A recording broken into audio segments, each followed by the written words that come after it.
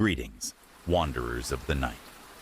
I'm the Keeper of Tales, here to guide you into a world of dreams. I know you've come to this video to drift off into sleep, so before we begin, give it a gentle like and join the circle by subscribing. Tell me, where are you resting tonight, and what hour glows on your clock? Settle in, let the worries fade, and surrender to the calm. The Lost Locket of Sorrow's Beck. Tucked away in the rolling hills of County Antrim, Northern Ireland, Sorrow's Beck is a narrow stream that winds through a secluded glen, its banks lined with ancient hawthorn trees and crumbling dry stone walls. The beck is a place of quiet unease, its waters said to carry the echoes of a child's cry, heard only when the moon is hidden.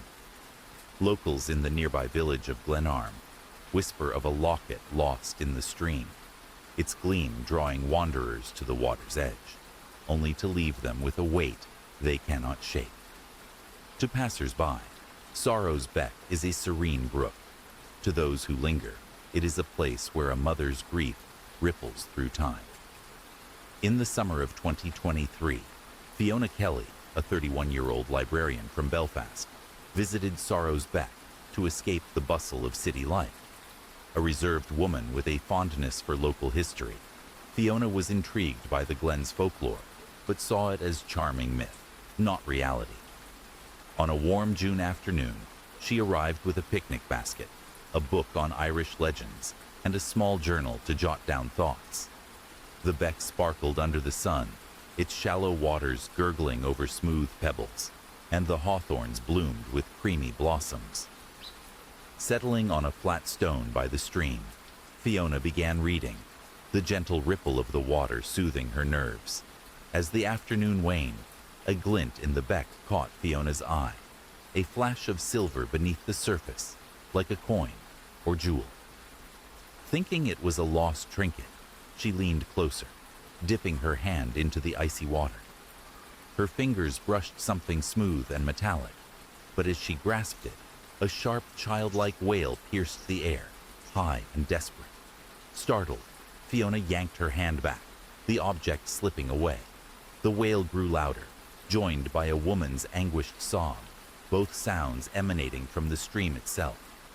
Her heart pounding, Fiona scanned the glen, seeing no one, but the air turned heavy, laden with a sorrow that pressed against her chest. Drawn by an inexplicable urge, Fiona waded into the beck, the cold biting her ankles. The glint reappeared, and this time she retrieved it, a small heart-shaped locket, its surface engraved with a Celtic knot, tarnished, but intact. As she held it, the wail intensified, and the water around her seemed to shimmer, revealing a fleeting vision. A young girl in a 19th century dress, clutching the locket, her face streaked with tears, while a woman in a shawl knelt beside her, reaching out in vain.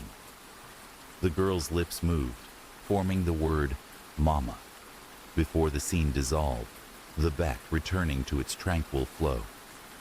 Fiona stumbled to the bank, the locket clutched in her trembling hand, the cries fading, but their weight lingering in her heart. Shaken, Fiona sought answers in Glenarm, finding an old seamstress, Bridget, who knew the beck's lore. Over a flickering hearth, Bridget recounted a tragedy from 1847, during the Great Famine. A widow named Saoirse, starving and desperate, sent her daughter, Nia, to a wealthy landowner for aid, giving her a locket as a token of their bond. Nia never returned, lost to fever or worse, and Saoirse, consumed by guilt, drowned herself in the beck, searching for her child. The locket, Bridget said, was a beacon, drawing those who touched it into Niamh's final plea, a moment of loss frozen in the stream's current. Fiona returned to Belfast, the locket locked in a drawer, but its presence unsettled her. She photographed it for her journal, and one image, taken by the beck, showed a faint outline of a girl's hand reaching from the water, though no such figure was visible at the time. Fiona donated the locket to a local museum, unable to bear its sorrow. but she felt Neve's cry in quiet moments. Some say sorrow's beck holds the grief of Saoirse and Neve, its waters replaying their parting for those who find the locket. Others, like Fiona, wonder if the stream is a mirror of lost love, reflecting a moment that binds the living to the dead, the midnight call. This happened to me last winter. I had just moved into a new apartment in a quiet part of the city. It was an old building, with narrow hallways and peeling wallpaper, the kind of place that felt a little forgotten by time. I didn't mind it. I liked the solitude. One night, I was already in bed, trying to sleep after a long week at work. It was just past midnight when my phone rang. I remember looking at the screen, expecting to see a call from a friend, or maybe a family member. But there was no name, just a number, a string of digits that didn't look familiar at all. I hesitated before picking it up. I wasn't expecting anyone, but curiosity got the best of me, and I swiped to answer. "Hello?" I said, my voice still thick with sleep. The other end was completely silent, no sounds at all. I waited for a moment, thinking it might be a wrong number or a telemarketer. But then, I heard something, a faint breathing, slow, deep, almost like it was being forced. I froze. My heart skipped a beat. No one spoke. "Hello?" I said again, my voice now more alert, but still no response. I was just about to hang up when a whisper came through the line. It wasn't a word, just a sound. A soft, guttural hum, like someone trying to speak, but unable to form real words. I felt a chill crawl down my spine. I pulled the phone away from my ear for a second, just to make sure I wasn't imagining it. But then, there it was again. The whisper, louder this time. "Help me." The voice was raspy, almost strained, and it sent a wave of unease washing over me. I gripped the phone tighter, my thoughts racing. "Who is this?" I asked, my voice shaking slightly. The line went dead. I checked my phone. The call had ended. But the thing was, the screen didn't show that it had been a missed call. It was as if no one had called at all. I stared at the screen for a long time, trying to make sense of it. I checked the number, but it didn't match anything in my contacts. It wasn't from anyone I knew. I tried to dismiss it, chalking it up to my imagination playing tricks on me in the dark. But something about it didn't sit right. The voice, the way it sounded so close, yet so far away. I tried to go back to sleep, but every time I closed my eyes, I saw the number on my phone. My mind kept replaying the whisper, "Help me," over and over. A few minutes later, my phone rang again. I looked at the screen, heart pounding. The same number. I didn't want to pick it up, but I couldn't stop myself. I answered, breath catching in my throat. This time, the voice was clearer, almost desperate. "You shouldn't have answered." I didn't say anything. I just hung up, immediately. But that wasn't the end of it. The calls kept coming, at random hours during the night, always from that same strange number. Sometimes the voice was just breathing. Other times, it would whisper something. "Don't sleep," or "I see you." Each call made my skin crawl, and I couldn't figure out what was happening. I tried blocking the number, but it didn't help. The calls kept coming, from different numbers, sometimes even with no number at all. I couldn't take it anymore. I packed up my things and moved out of that apartment. But even now, I get the occasional call. Each time I answer, there's only silence, or that same whisper, "Help me." And I can't help but wonder, was I ever supposed to hear it? A night in the abandoned house in the woods. This happened to me a few years ago, in early autumn. I had decided to go camping alone, something I used to do often, just to clear my head. I picked a forest about an hour away from my town, a place I thought I knew well enough not to get into trouble. That afternoon, I parked my car at the trailhead and started hiking deeper into the woods. The trees were thick, their tops blocking most of the gray sky above. The air smelled of wet leaves and distant rain, and the further I walked, the quieter it became. No people, no animals, just me and the forest. I had planned to set up camp near a small clearing I knew about, but by the time I got close, it started to rain. First a drizzle, then heavier drops pattering on the ground. The clearing was already turning into a muddy mess. Setting up a tent there would have been miserable. As I looked around for shelter, I noticed something between the trees, a structure. At first, I thought it might be an old cabin. Curiosity got the better of me, and I made my way toward it. The building was unsettling. It looked ancient, the wood blackened by time, the roof sagging, windows either broken or missing entirely. I hesitated, standing there in the rain.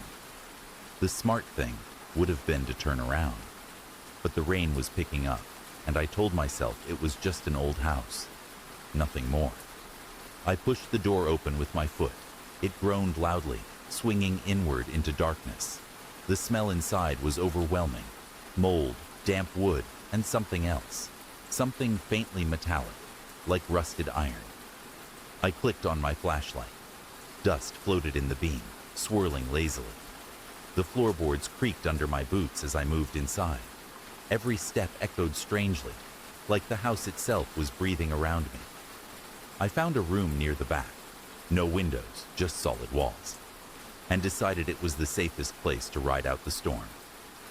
I unrolled my sleeping bag on a relatively dry patch of floor, set down my backpack, and sat listening to the rain hammering the roof above me. For a while, everything was fine. The steady rhythm of rain was almost comforting. I even started to relax until I heard it. Footsteps. At first, I thought it must have been the wind, or maybe an animal outside, but no. These were definite heavy steps, slow, measured, moving across the warped floorboards. I froze, straining to hear. They came closer, then stopped, right outside the room where I was sitting. My heart pounded so hard I could hear it in my ears. I turned off my flashlight, plunging myself into complete darkness. I didn't move, didn't breathe. Something scratched at the door, not like an animal pawing. It was deliberate. Fingernails, maybe, dragging slowly from top to bottom. Then silence. Minutes passed. I don't know how many. It felt like hours. When I finally dared to turn the flashlight back on, nothing was there. No one. Just the old, empty hallway, stretching into darkness. I stayed awake all night, listening to every creak, every whisper of the wind. When dawn finally came, pale and cold, I packed up my things as fast as I could and ran from that place. I tried to find that house again later, thinking maybe it had been some weird, abandoned landmark. But no matter how many times I searched those woods, it was gone, like it had never been there at all.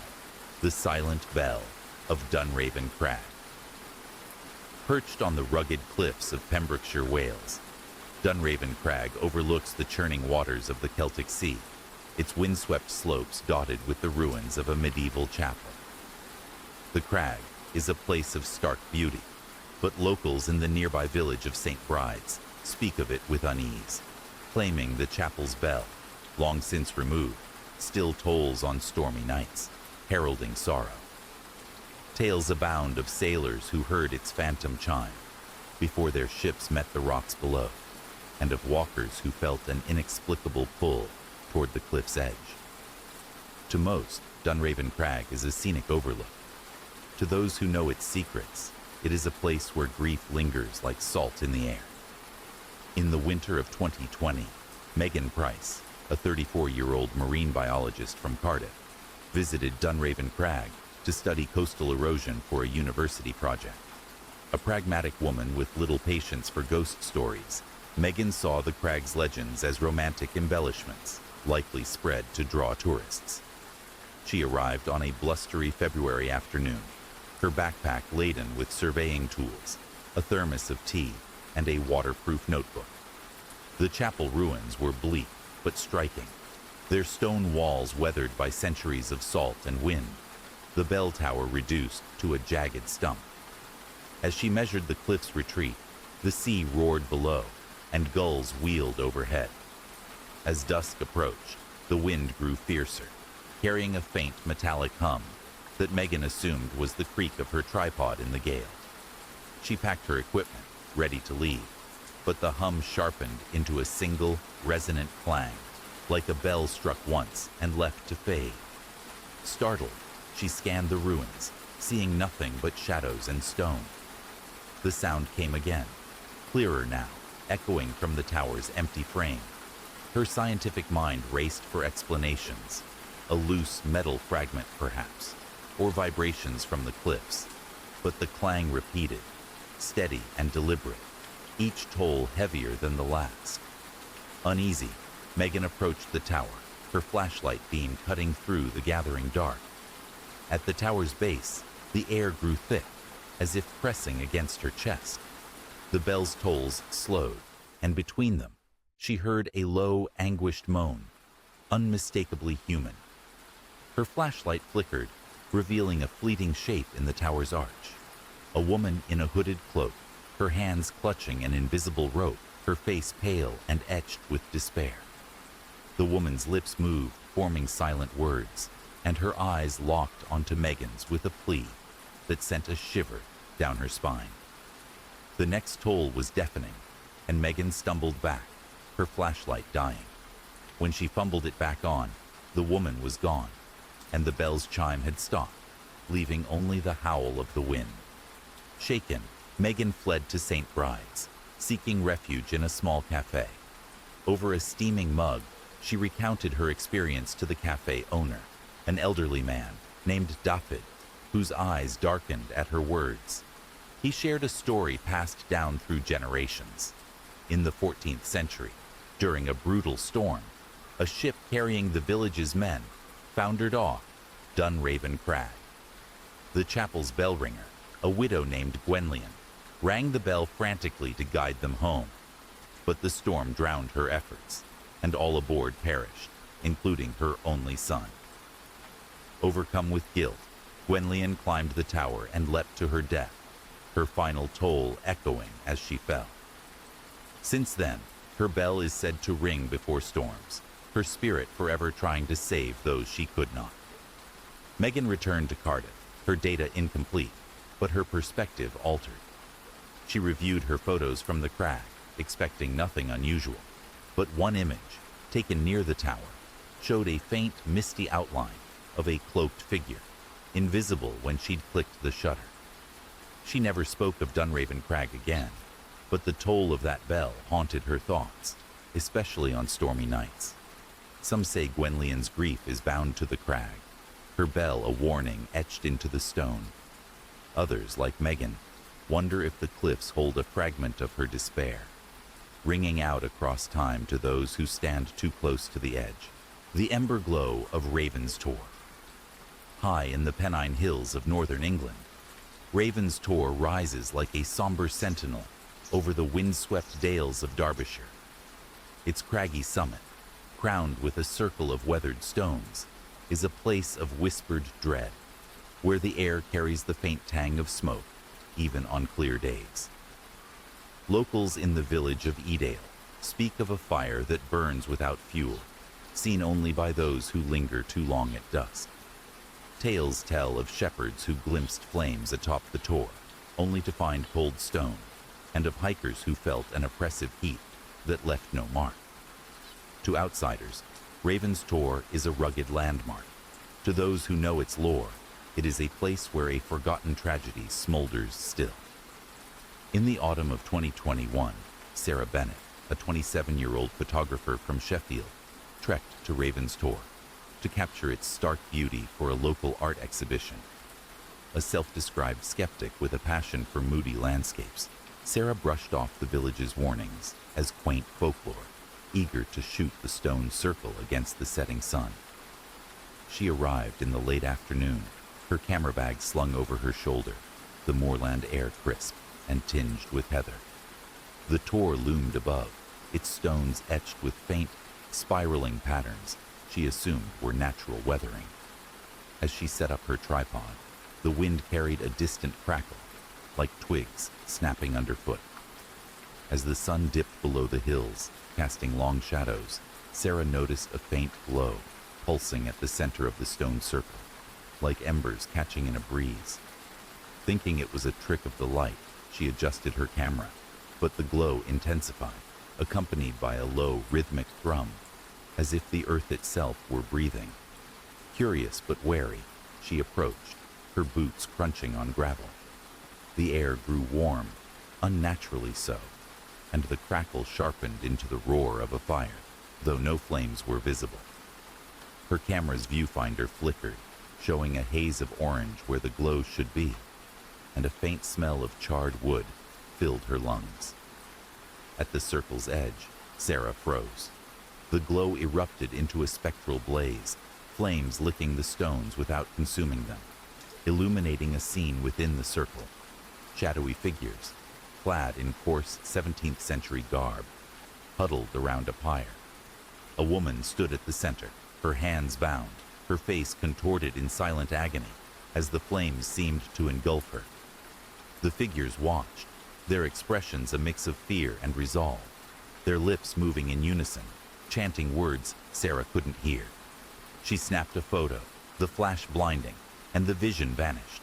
The flames, the figures, the pyre, all gone, leaving only cold stones and a lingering heat on her skin. Trembling, Sarah fled down the tor, the thrum fading behind her. In Edale, she sought out the village historian, an elderly woman named Edith, at the local library. Over tea, Edith shared a grim tale. In 1665, during the Great Plague, a healer named Marjorie was accused of witchcraft by panicked villagers.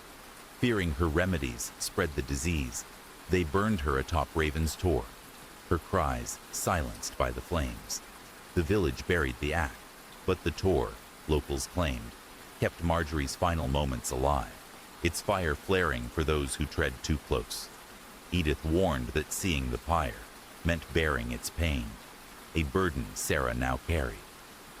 Back in Sheffield, Sarah developed her photos, her hands shaking. One image, taken at the circle, showed a faint ring of flames and a woman's silhouette, though her camera had captured only stones moments before. She withdrew from the exhibition, unable to face the Tor's image. The crackle of fire haunted her dreams, and she swore she felt its heat on quiet nights. Some say Raven's Tor holds Marjorie's agony, its flames a testament to her unjust death. Others, like Sarah, wonder if the Tor is a wound in time, where a single night's horror burns eternal, waiting for eyes to bear its witness. The whispering ruins of Glenmore. In the far reaches of the Scottish Highlands, where the wind howls through jagged peaks and mist clings to the valleys, lies Glenmore, a remote glen steeped in legend. Its rolling moors and crumbling stone walls are all that remain of a village abandoned centuries ago, its name whispered with caution by those in nearby hamlets. Locals speak of strange lights flickering among the ruins at dusk, and voices carried on the breeze, recounting tales of sorrow and loss. To outsiders, Glenmore is a place of haunting beauty. To those who know its history, it is a place where the past refuses to rest. In the autumn of 2017, Ewan Fraser, a history teacher from Aberdeen, ventured to Glenmore to research a book on forgotten Highland settlements.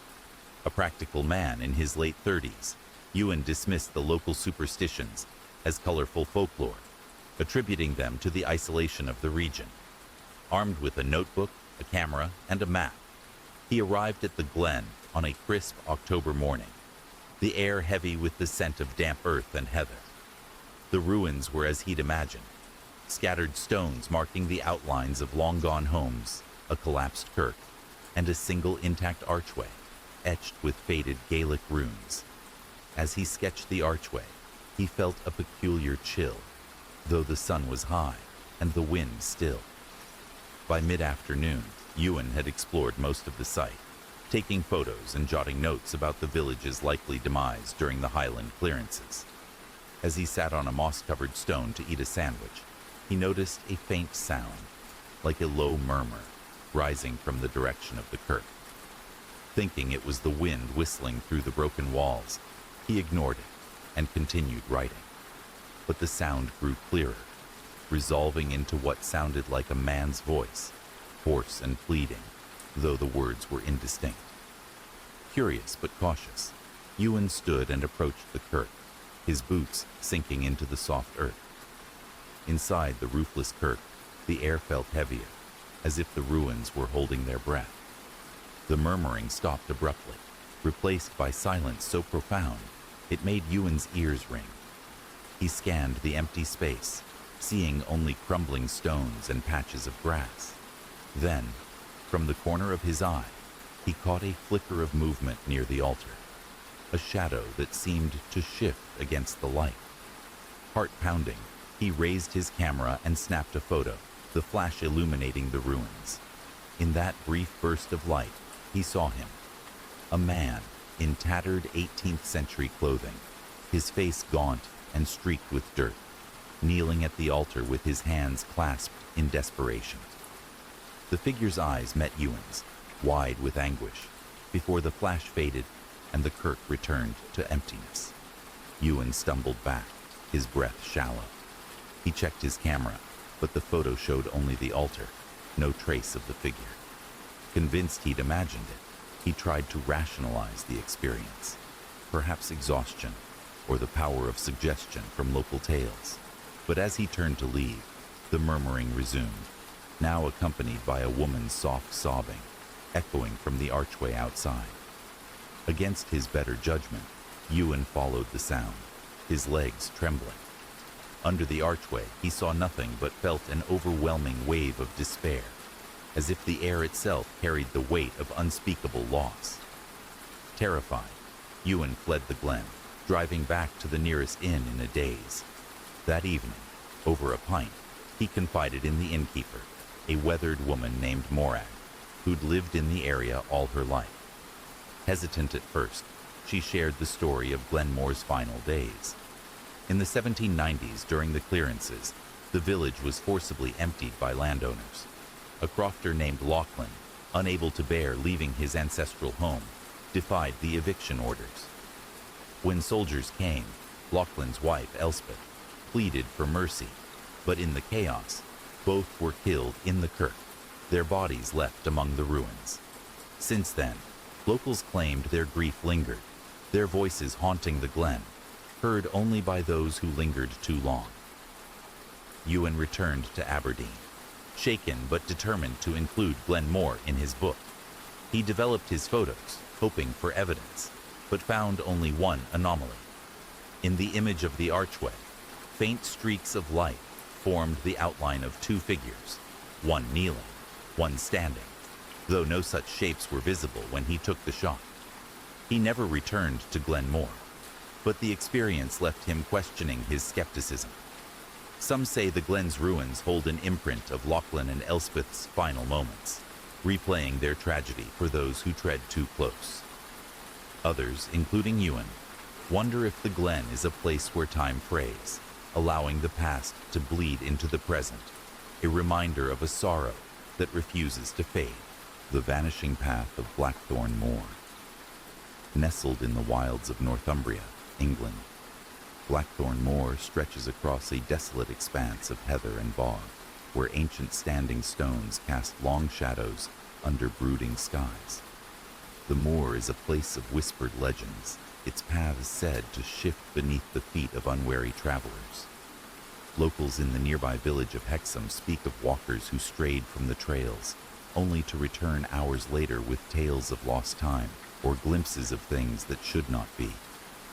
To most, the moor is a place to avoid after dusk, its eerie silence broken only by the cry of curlews and the rustle of unseen things in the bracken.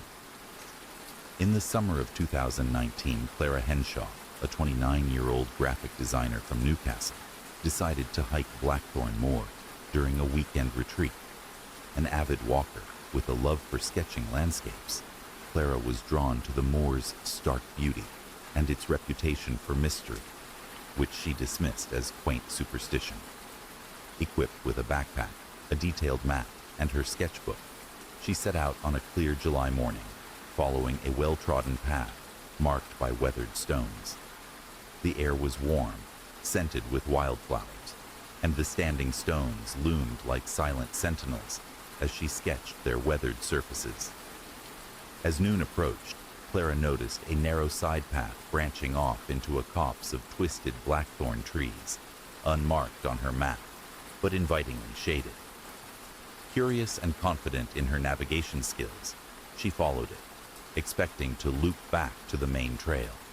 The path wound deeper into the moor, the trees growing denser, their gnarled branches blotting out the sun. After a few minutes, she stopped to check her watch. It read 12:15 p.m. But as she continued, the light dimmed unnaturally, and a chill settled over the moor, as if twilight had fallen in an instant. The path seemed to stretch endlessly, the trees closing in, and Clara's map now showed no trace of the copse or the path she'd taken. Unease crept in, but Clara pressed on, hoping to find the main trail. Then she heard it, a faint hum, like a distant chant, rising from the ground itself.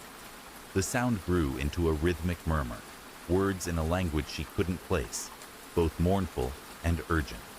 Her heart raced as she noticed a flicker of movement ahead, a line of shadowy figures, cloaked in rough wool, walking in single file along the path.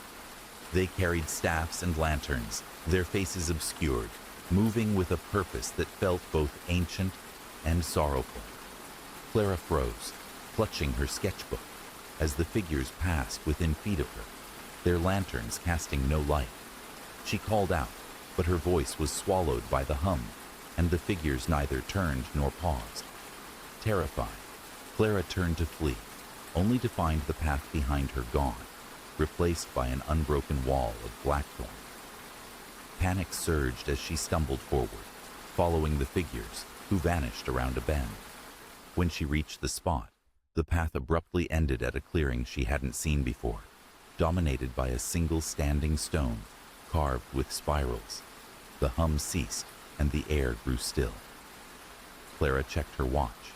It now read 6:45 p.m., though she felt only minutes had passed. Her phone showed no signal, but the timestamp on her last photo, taken at 12:10 p.m., confirmed she'd lost over 6 hours. Shaken, Clara retraced her steps, somehow finding the main trail again. She reached Hexham by nightfall, her sketchbook clutched tightly, though she couldn't recall drawing anything.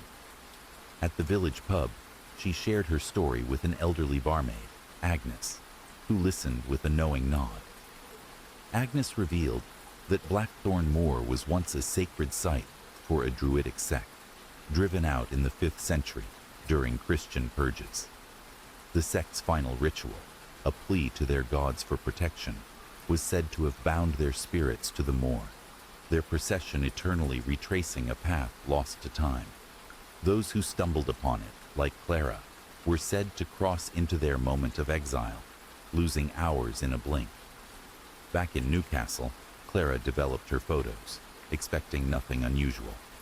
But one image, taken at the standing stone, showed faint, translucent figures circling it, their lanterns glowing dimly. Figures she hadn't seen when she pressed the shutter. She never returned to Blackthorn Moor, but the hum lingered in her dreams, and her sketches from that day depicted a path she couldn't remember drawing. Some say the moor's paths are alive, shifting to ensnare the curious, replaying the druid's last march. Others, like Clara, wonder if the moor is a tier in time, where the past walks alongside the present, waiting for those who stray too far. The figure on the highway. This happened last winter, when I was driving back home after visiting my parents.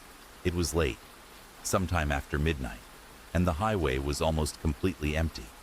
Just a long, endless stretch of dark road, cutting through frozen fields. The weather had turned ugly. It had started snowing heavily, and the wind pushed the flakes across the road in swirling, ghostly patterns. My headlights barely cut through the storm, and I found myself gripping the wheel tighter. leaning forward, squinting into the white blur ahead. I was maybe 30 minutes from home when I first saw it. At the edge of the road, just beyond the shoulder, there was a figure. I caught it in a quick flash. A person, standing completely still in the snow. No car nearby, no movement, just standing there, staring. I felt a jolt of adrenaline, but before I could really react, I had already passed them. I thought maybe they needed help, that maybe their car had broken down somewhere behind the trees. I slowed down, debating whether I should turn around, but something about it felt wrong. I couldn't explain it. I kept driving. About 10 minutes later, I saw them again. Same figure, same spot, just off the side of the road, as if they had somehow gotten ahead of me, even though there were no exits, no cross streets, nothing but forest on either side. I was going 60 miles an hour. There was no way they could have walked, let alone run, that distance through knee-deep snow in the time it took me to get there. This time, I got a better look. They were wearing something dark, a coat, or maybe a cloak, but their face, it was pale, almost glowing against the darkness, and they were staring straight at me as I passed, not waving, not signaling for help, just standing, watching. The temperature inside my car felt like it dropped 10 degrees. I didn't slow down this time. I pressed harder on the gas, heart pounding, eyes darting between the rearview mirror and the road ahead. I kept telling myself there had to be a logical explanation. Maybe I was tired. Maybe it was a trick of the snow, the lights, my own exhausted mind. But deep down, I knew it wasn't. About 5 minutes from my town, I reached a long, curved stretch of highway where a single, battered old sign warned of deer crossing. I was just starting to relax when I saw something move ahead. Something stepping into the road. For a split second, I thought it was a deer. It wasn't. It was the figure. Standing directly in the middle of my lane, arms at their sides, staring right at me. I slammed the brakes, tires screeching on the icy pavement. The car fishtailed, sliding sideways, and I gripped the wheel, trying to avoid spinning out. When the car finally skidded to a stop, I looked up, expecting to see them inches from my hood. But there was nothing there. The road was empty. No figure, no tracks, no sign that anyone had ever been there at all. I sat there for a long moment, breathing hard, the snow pounding against the windshield. Then I slowly pulled back onto the road and drove home, refusing to look into the rearview mirror, no matter how badly I wanted to. I didn't take that highway for months afterward, and sometimes, even now, when I'm driving at night, I get the feeling that someone's standing just off the side of the road, waiting. Whispers. Outside the tent. A couple of summers ago, I went camping with 2 of my friends. We picked a remote spot miles away from the nearest town, deep in the woods where you could barely get any cell service. It was supposed to be a weekend to disconnect. Just us, a campfire, and the stars overhead. The first night went exactly like we planned. We set up the tents, cooked over the fire, told stupid stories, and laughed until our voices echoed through the trees. It felt peaceful out there, isolated in the best way. The second night was different. The air had shifted, colder, heavier. Even the woods sounded different. The usual chorus of crickets and rustling leaves had fallen almost completely silent, like the forest was holding its breath. We tried to brush it off. Maybe it was the weather. Maybe it was just in our heads. By midnight, we crawled into our tents, zipped them up, and tried to sleep. I don't know how long I lay there, staring into the darkness of the tent, before I heard it. A whisper. At first, it was so soft I thought it was the wind, just a faint hissing, weaving between the trees. But as I listened, it became clearer, distinct words, though I couldn't make out what they were saying. I sat up, heart pounding, and strained to hear. It sounded like, Multiple voices, low, murmuring, moving around the camp. I unzipped the tent just an inch and peered out. The fire had burned down to nothing but embers. The woods beyond were pitch black. I couldn't see anyone, but the voices were there, circling, as if a group of people was walking slowly around us.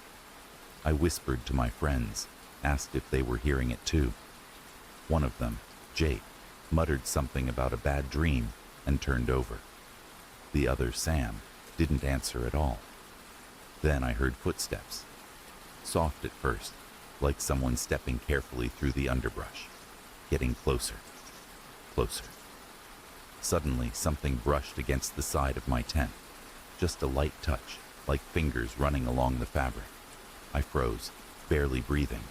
Another whisper, right outside the tent now. So close I could almost feel the breath behind it. Still no clear words. Just the sickening feeling that whoever, or whatever, was out there, was trying to lure us out. I clenched my flashlight, but I didn't turn it on. Some instinct told me not to, that if I showed any sign I was awake, they might come inside. I sat like that for what felt like hours, the whispers rising and falling, footsteps crunching in the dead leaves, circling, always just out of sight. Sometime just before dawn, the sounds faded. One by one, the voices drifted away, swallowed by the forest. The last thing I heard was a single drawn-out whisper right at the entrance to my tent, a word I finally understood. Come. When the sun finally rose, I stumbled outside. Jake and Sam were already packing, pale and shaking. They'd heard it too. We broke camp in record time and didn't speak much on the drive home. We never went back to those woods again. And even now, when the night is quiet and the wind picks up just right, I swear I can still hear those whispers, somewhere just beyond the trees. The forgotten feast of Hollow Vale, in the shadowed heart of County Galway, Ireland. Hollow Vale is a windswept hollow, where the River Corrib bends around a cluster of ancient yew trees, their gnarled roots clutching the earth like skeletal hands. The Vale is a place of quiet dread, its mossy stones and sunken paths avoided by locals who murmur of a cursed banquet that never ends. Tales persist of travelers hearing laughter and clinking glasses on moonless nights, only to find the Vale empty, its air thick with the scent of decay. To visitors, Hollow Vale is a picturesque relic. To those in nearby Ballinasloe, it is a place where the dead dine in silence. In the spring of 2022, Liam Walsh, a 42-year-old accountant from Dublin, visited Hollow Vale to settle a family matter. His late uncle had left him a small plot of land nearby, and Liam, ever practical, saw the trip as a chance to assess its value. A man of numbers, not superstitions, he scoffed at the village pub's warnings about the Vale, chalking them up to rural exaggeration. On a damp April evening, armed with a flashlight and a surveyor's map, he drove to the hollow, parking near a stone bridge that marked its edge. The yews loomed in the twilight, their branches swaying despite the still air, and a faint mist curled along the riverbank. As Liam surveyed the land, noting boundaries under the beam of his flashlight, he caught a whiff of something odd. Roasted meat and spiced wine, as if a feast were nearby. Puzzled, he followed the scent toward the yews, where the ground dipped into the Vale's heart. There, beneath the trees, he saw a flickering glow, like candlelight, spilling from an open space he hadn't noticed before. As he approached, the scent grew stronger, mingled now with a sour note of rock. A low hum of voices, jovial, then strained, reached his ears, accompanied by the clatter of plates. Assuming a local gathering, Liam called out, but the sounds ceased abruptly, leaving only the river's murmur. Curiosity overriding caution, Liam stepped into the clearing. Before him stood a long oaken table, set for a grand banquet.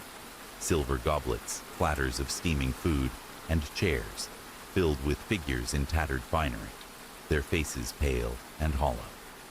At the table's head sat a man in a velvet doublet, his eyes sunken, raising a goblet in a silent toast. The guests mirrored him, their movements mechanical, their lips moving without sound. Liam's flashlight wavered as he noticed the food: molded bread, rancid meat, wine clouded with sediment. Yet the figures ate, their jaws grinding in eerie unison. A woman in a frayed gown turned to him, her gaze empty, and pointed to an empty chair, as if inviting him to join. Panic seized Liam. He backed away, but the ground seemed to shift, the yews closing in like a cage. The table glowed brighter, and the figures' silent feast grew frenzied, their hands tearing at the spoiled food, their eyes now fixed on him. A chilling realization hit. The chair was meant for him. He bolted, tripping over roots, the laughter resuming behind him, now cold and mocking. When he reached his car, gasping, he glanced back. The veil was dark, the glow gone, the scent vanished. His flashlight showed only muddy footprints, but his map, dropped in the chaos, was missing. Shaken, Liam sought answers at the pub, where an old farmer, Seamus, shared a grim tale. In the 1690s, during the Williamite War, a wealthy merchant hosted a lavish feast in Hollow Vale to celebrate a truce. But betrayal poisoned the night. Rival clans, invited as guests, massacred the host and his kin, leaving the table untouched. The bodies were buried in unmarked graves, and the Vale was shunned, its feast said to replay for those who disturbed its rest. Seamus warned that joining the table meant joining the dead, a fate Liam had narrowly escaped. Liam sold the land without returning, but the memory clung to him. Weeks later, sorting his uncle's belongings, he found an old sketch of a banquet, the table and figures identical to those in the Vale, though the paper was dated 1701. He burned it, unable to bear its weight. Some say Hollow Vale traps the betrayed, their feast a curse that ensnares the unwary. Others, like Liam, wonder if the Vale is a stage where history's wounds replay, waiting for one more guest to claim its empty seat. Voices on the recorder. It was a weekend hike, nothing unusual. I'd been on plenty of them before, so when my friend Mark suggested we take a quick trip to the mountains for the weekend, I didn't think twice. We were both avid hikers, and this trail was one of those lesser-known routes, the kind where you rarely encounter other people. We set out early in the morning. The air was crisp, and the sun had barely risen when we hit the trail. We made good progress, the path winding through dense forests before opening up to steep rocky outcrops. It felt peaceful, almost surreal. I remember thinking how lucky I was to be away from the chaos of daily life. At some point during the hike, we decided to stop for a break. We found a small clearing near a creek, and Mark pulled out a handheld recorder. It wasn't something we typically used, but Mark thought it'd be a fun way to document the trip. He started recording, joking about how much fun we were having, and how we'd probably get lost in the woods and never be seen again. We laughed, but something in his tone struck me as odd, almost uneasy. We took a few more pictures, shared some snacks, and then continued on. It wasn't until we made camp later that evening, just as the sky turned dark, that Mark pulled out the recorder again. He played back the earlier recordings, laughing at our dumb jokes, but when he pressed play for the last clip, I froze. I didn't recognize it at first. There was no context, no laughter, just whispering. Quiet at first, like a distant hum. Then, unmistakably, a voice, harsh and raspy, like it was coming from deep within the earth itself. "Get out," it whispered, barely audible, but clear enough for me to hear. I laughed it off, thinking it was some weird feedback from the recorder or interference from the wind. But then the voice came again, louder this time and clearer. "Leave now." I felt a chill run down my spine. Mark was already hitting the rewind button, playing the same part over again. The voice was still there, But there was more now. Footsteps, faint but unmistakable, as if someone had been walking near us the entire time we were sitting by the creek. We both fell silent. It was unnerving, especially since the recorder had been lying on the ground the entire time, right next to us. There was no one else around, just the two of us in the middle of nowhere. Mark shrugged it off at first, but I couldn't shake the feeling that something was wrong. I told him I wasn't comfortable staying out there for the night, that the forest felt alive in a way I couldn't explain. But Mark just laughed again, dismissing it as paranoia. That night, we took turns keeping watch. I kept hearing noises from the trees, branches snapping, the sound of footsteps circling the camp. But every time I shined my flashlight toward the noise, there was nothing there. Just shadows, stretching unnaturally in the moonlight. The next morning, we packed up and headed back down the trail, trying to laugh off the weirdness of the night before. But something was different. The woods felt off. The air seemed heavier, like it was pressing down on us. Every turn in the trail felt like we were being watched. When we finally reached the parking lot, I felt a sense of relief wash over me. It wasn't until we were back home that I decided to check the recorder again. I didn't even have to press play. The moment I turned it on, I heard it. A low hum, followed by a voice, clearer than ever before. Stay away. It wasn't just a warning, it was a command. I tried to erase the recordings, but they wouldn't delete. I reformatted the device, but every time I checked, the files were there. Always on the same day, always that same voice. It was almost like something was following me, reminding me that I had crossed into a place I shouldn't have been. I haven't gone back to those mountains since. I don't even go near any forests now. Every time I hear a strange noise at night or see a shadow move in the corner of my eye, I can't shake the feeling that whatever was on that recorder is still watching. And sometimes I hear that same voice, clear as day, echoing in my head. Stay away. The storm's call of Kilmary Point. I've never been one for ghost stories, but Kilmary Point, a jagged outcrop on the west coast of the Isle of Mull, Scotland, changed that. The point is a lonely place, where cliffs drop into the Atlantic, and sea spray clings to the air like a shroud. Locals in Tobermory talk of a storm that never dies, its winds howling the name of a sailor lost to the deep. They say if you stand too long at the point's edge, you'll hear his voice, begging for rescue. I thought it was just island folklore, the kind spun to keep kids from the cliffs. That was before I went there myself.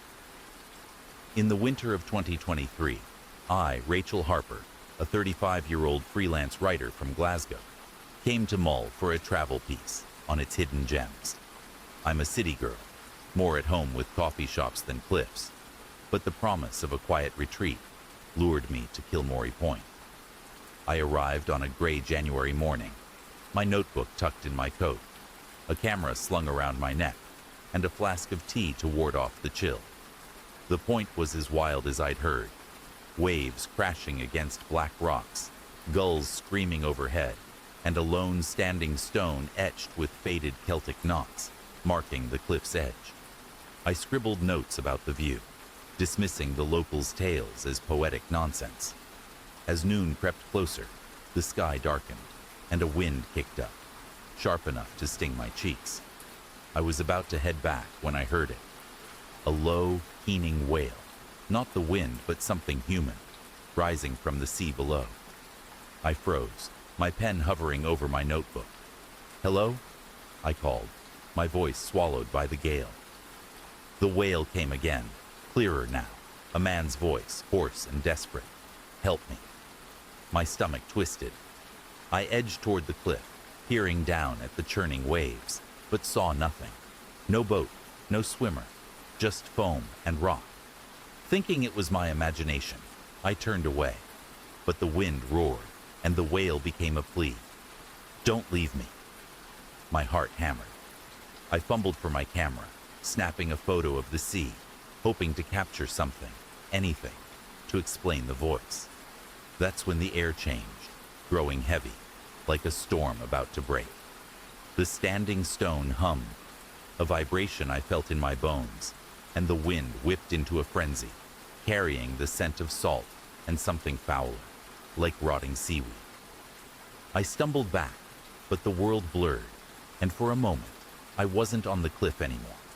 I saw him, a man in a tattered oilskin, clinging to a splintered mast, his face gaunt, his eyes wide with terror as waves swallowed him. He reached out, his lips forming my name, Rachel, though I'd never seen him before. The vision shattered, and I was back on the point, gasping, the stone silent, the wind calm. I ran to my car, my hands shaking as I drove to Tobermory. At a harborside cafe, I spilled my story to an old fisherman, Angus, whose weathered face grew grim. He told me of 1879, when a fishing boat, the Island Dhu, sank off Kilmorey Point in a brutal storm. The captain, Eamon, was the only survivor, washed ashore, but broken by guilt for failing his crew. He returned to the point daily, calling for his lost men, until one night he vanished, presumed drowned in his grief. Angus said Eamon's spirit lingers, his storm summoning those who stand at the point, seeking aid he can never give. Back in Glasgow, I uploaded my photos, dreading what I'd find.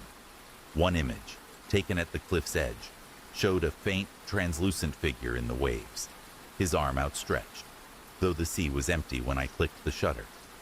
I deleted it, unable to look at his face. I haven't returned to Mull, but Eamon's voice echoes in my quiet moments, a plea I can't answer. Some say Kilmorey Point traps his torment, its storms replaying his final call. I wonder if it's more, a crack in time where his loss reaches out, searching for someone to pull him from the deep. The Phantom Blade of Thornwick Hollow. Deep in the Yorkshire dales of northern England, Thornwick Hollow is a secluded valley where twisted oaks and jagged limestone cliffs guard a forgotten battlefield. The hollow is a place of eerie stillness, its air heavy with the memory of blood and steel. Locals in the nearby village of Grassington whisper of a spectral clash that echoes through the mist, the clash of swords heard when fog blankets the hollow. Tales speak of wanderers who glimpsed a fleeting duel beneath the oaks, only to find no trace of combatants. To ramblers, Thornwick Hollow is a rugged beauty spot. To those who know its past, it is a place where honor and betrayal clash eternal. In the autumn of 2022, Oliver Grant, a 39-year-old park ranger from Leeds, was assigned to survey Thornwick Hollow for trail maintenance. A stoic man with a love for the outdoors and a disdain for ghost stories, Oliver saw the local legends as fanciful tales spun to scare hikers. On a foggy October morning, he arrived with a clipboard, a GPS device, and a thermos of coffee. The hollow shrouded in a thick mist that muffled his footsteps. The oaks loomed like specters, their branches clawing at the sky, and the limestone cliffs glistened with dew. As he marked a trail, a faint metallic clink, like steel striking steel, broke the silence. Assuming it was a loose rock or a hiker's gear, Oliver scanned the hollow, seeing only fog and trees. The clink grew sharper, joined by a low grunt of effort, as if two men were locked in combat. His curiosity piqued. He followed the sound toward a clearing beneath the largest oak, where the mist swirled unnaturally, forming eddies that seemed to pulse with intent. The air grew taut, and a sharp, cold gust carried the scent of iron and sweat. Oliver's GPS flickered, its screen glitching, and the clinking became a furious clash, punctuated by a cry of rage. He gripped his clipboard, heart racing, as the fog parted to reveal a glint of metal. A sword, lying half buried in the earth, its blade etched with intricate runes. Compelled to touch it, Oliver reached for the sword, but as his fingers grazed the hilt, the clearing erupted in motion. Two figures materialized from the mist, clad in 18th century garb, one in a tattered red coat, the other in a dark cloak, their swords locked in a deadly dance. The red-coated man, his face scarred and furious, parried a blow from his cloaked opponent, whose eyes burned with betrayal. Their blades sparked, and the ground beneath Oliver trembled, as if the hollow itself were reliving their fury. The cloaked man staggered, clutching his chest, and his gaze met Oliver's, a silent accusation that froze him in place. With a final clash, the figures vanished, the sword dissolved into mist, and the hollow fell silent, the fog lifting to reveal an empty clearing. Shaken, Oliver stumbled back to Grassington, seeking answers at the village inn. There, an old blacksmith, Thomas, shared a tale of 1745, during the Jacobite Rising. Two brothers, Alistair and Duncan, swore loyalty to opposing sides, one to the crown, one to the Stuarts. Their feud culminated in a duel in Thornwick Hollow, where Alistair, the elder, struck down Duncan in a fit of rage, only to die of his own wounds days later. The brothers' swords were buried with them, but the hollow, Thomas said, replayed their betrayal for those who disturbed its peace, the blade a conduit for their unending strike. Oliver returned to Leeds, his survey unfinished, the clash of swords echoing in his mind. He reviewed his GPS data, finding a single anomaly, a brief video clip recorded unintentionally, showing a faint blur of two figures beneath the oak, though he'd seen no one when it was captured. He avoided Thornwick Hollow thereafter, but the weight of that glance lingered. Some say the hollow traps the brothers' fury, their duel a wound that bleeds through the mist. Others, like Oliver, wonder if the valley is a stage where time replays its darkest oaths, waiting for hands to touch the blade that binds them. And so, wanderers of the night, our tale dissolves into the shadows. The echoes of this story linger softly, like a whisper on the wind, carrying you deeper into the embrace of dreams. Rest now, beneath the watchful stars, and let the stillness cradle you until the dawn. Sleep well, my friends, until the next tale calls you back. Good night.